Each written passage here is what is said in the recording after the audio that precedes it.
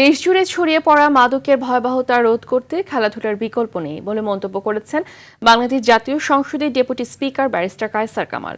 সকালে রাজধানী মোহাম্মদপুর সরকারি শারীরিক শিক্ষা কলেজ মাঠে বাংলাদেশ গারো ছাত্র সংগঠন আয়োজিত আদিবাসী ফুটবল টুর্নামেন্টের উদ্বোধনী অনুষ্ঠানে প্রধান অতিথির বক্তৃতায় তিনি কথা বলেন।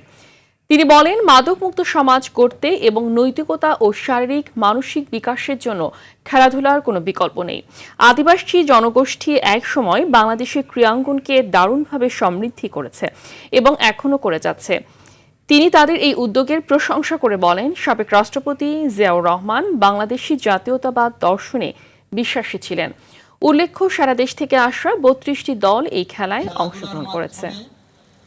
মাদকমুক্ত সমাজ গড়ার জন্য বর্তমান সরকারের মাননীয় প্রধানমন্ত্রী যে উদ্যোগ নিয়েছেন, সেই উদ্যোগকে আমরা আদিবাসীদের পক্ষ থেকে স্বাগত জানাই। কে পাহাড়ে কে সমতলে বসবাস করি তা আমাদের পরিচয় না।